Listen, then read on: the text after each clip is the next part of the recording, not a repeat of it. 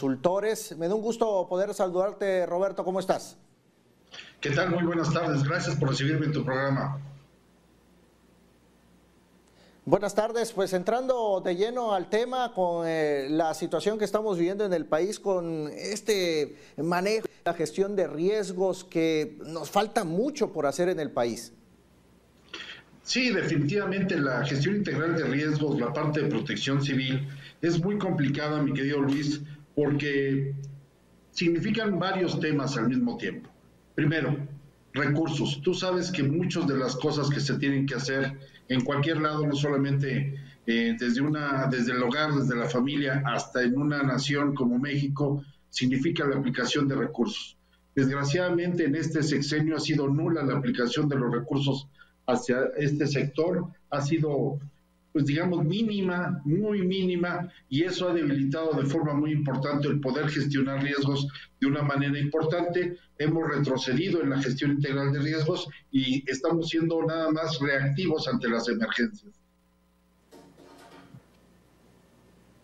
Y creo que tocas una parte fundamental, la situación de la desaparición del Fonden, que eso tiene que ver una vez que los desastres naturales hacen sus estragos, atender a la población afectada, pero creo que el tema de los recursos para realizar las obras preventivas estaríamos, por un lado, no solo previniendo desastres naturales, sino también el tema de vidas humanas.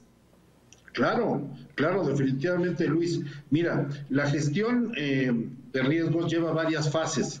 La más importante es la gestión prospectiva, que es en la parte de la prevención, en donde tú defines cuáles son los pasos a seguir antes de que suceda cualquier tipo de desastre. Tú evalúas si hay que hacer infraestructura, si hay que mover gente de un lado al otro, si tienes que hacer toda una campaña de educación, de sensibilización, de rearmar el pensamiento de los seres humanos. Tenemos las características nosotros los seres humanos, que pensamos que nada de lo que vemos en la televisión, los desastres que suceden ahí, nos van a suceder a nosotros. Y la verdad es que esto no es cierto. Somos bastante vulnerables y sumamente mortales y no nos damos cuenta de esto hasta que sucede la desgracia. El gobierno, como el principal o el primer respondiente ante esto, debe ser el más preocupado en todo esto. Por eso hablábamos de la creación de una cultura realmente de la prevención. Esta cultura de la prevención nos significa inversión, nos significa capacitación, nos significa perfiles adecuados en los puestos adecuados. Y bueno, pues ahí en este momento tenemos grandes rubros con grandes huecos en toda esa zona, estimado Luis. Y creo que una parte fundamental también es una corresponsabilidad ciudadana en este caso. Nos falta mucha cultura de prevención, se nos hace fácil tirar basura en la calle y esto trae como consecuencia daños colaterales en inundaciones, el taponeo de alcantarillas, y creo que también es parte fundamental no solo de recursos, política pública, sino también la corresponsabilidad ciudadana. Es innegable, lo acabas de decir muy bien. La seguridad es una corresponsabilidad, tanto del sector público, del gobierno, como de los ciudadanos. También es cierto que ahí es donde tenemos que trabajar mucho en que el ciudadano de a pie, como somos todos nosotros, entendamos que cada una de nuestras acciones ponen mucho en riesgo a los demás que están junto a nosotros. Deja en época de lluvias toda la basura que se recolecta en los ríos que cruzan las diferentes ciudades de este gran país. También en esta época de fríos, por ejemplo, tenemos siempre grandes problemas por muerte de personas, por inhalación de monóxido de carbono, porque en su casa no tenían un calentador, pusieron un anafre de carbón, se apaga el anafre y obviamente ese humo que es monóxido de carbono, gran parte de él, pues los intoxica y fallecen. Esto es algo que se da todos los años hay campañas sobre esto, todos los años se habla sobre esto, todos los años se tratan de hacer medidas, pero seguimos los seres humanos, los vecinos, haciendo esto. ¿Por qué? Por muchas razones, pero creo que tenemos que trabajar muchísimo todavía en la parte de prevención, Luis. Y hablo de la corresponsabilidad, en este caso, Roberto, porque las facturas ya las estamos viendo. En temporada de frío, las bajas temperaturas pues suelen ser más crudas, las temporadas de calor, las lluvias suelen ser más intensas, huracanes de mayores magnitudes, la temporada de incendios ni se diga. Son las facturas que nos estamos viviendo y que debemos de reaccionar, no solo la autoridad en este tema de recursos, como bien decías. No, estás tú tocando un tema neural en este momento. El marco de Sendai, que se termina en el 2030, nos habla para estos años la parte de lo del cambio climático. Estamos en una ya emergencia climática. Esto no es una urgencia, no es algo que va a pasar. Ya estamos viviendo una emergencia climática. Esta emergencia climática nos lleva a tomar decisiones mucho más drásticas hacia lo que queremos que sea esto que viene próximamente.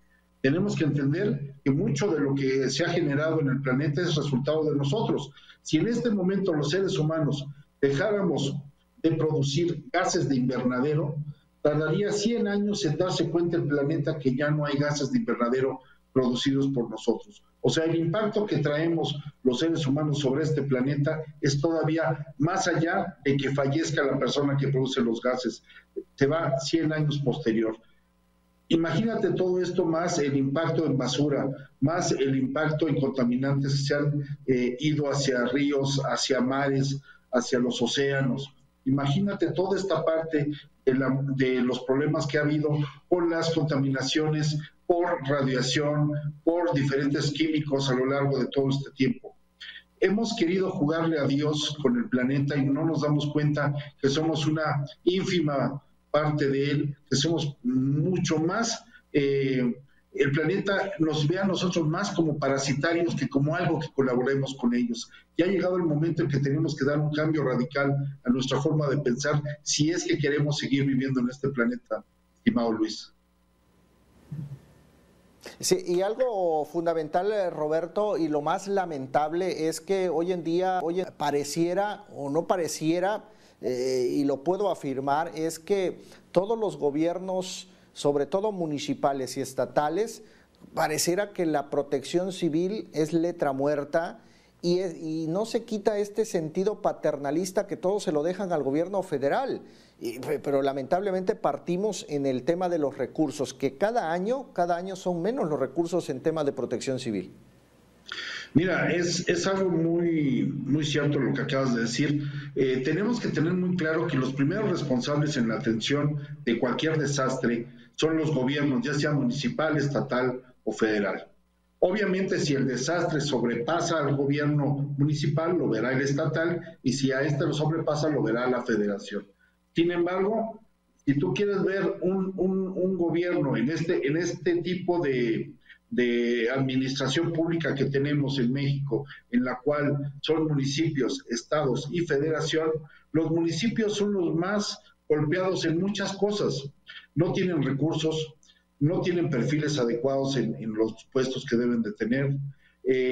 La realidad es que los equipamientos que tienen son muy deficientes en la gran mayoría, estoy hablando de la gran mayoría. Es cierto, hay municipios que están muy bien equipados, hay municipios que llevan una importante vanguardia en muchas cosas, pero no es toda la República. Entonces esto nos lleva a zonificar problemáticas muy particulares y dependiendo de los desastres que pudiesen existir en esa zona, tenemos que evaluar esto. Tenemos que crear realmente una visión de la prevención que nazca desde una homologación de criterios, una homologación en inversión que vas a tener no solamente del municipio, porque si tú lo ves, Luis, no hay una sola campaña política, una sola, en donde se hable de la gestión de riesgos. Nunca jamás lo tocan los políticos en curso, porque la protección civil no vende, amigo.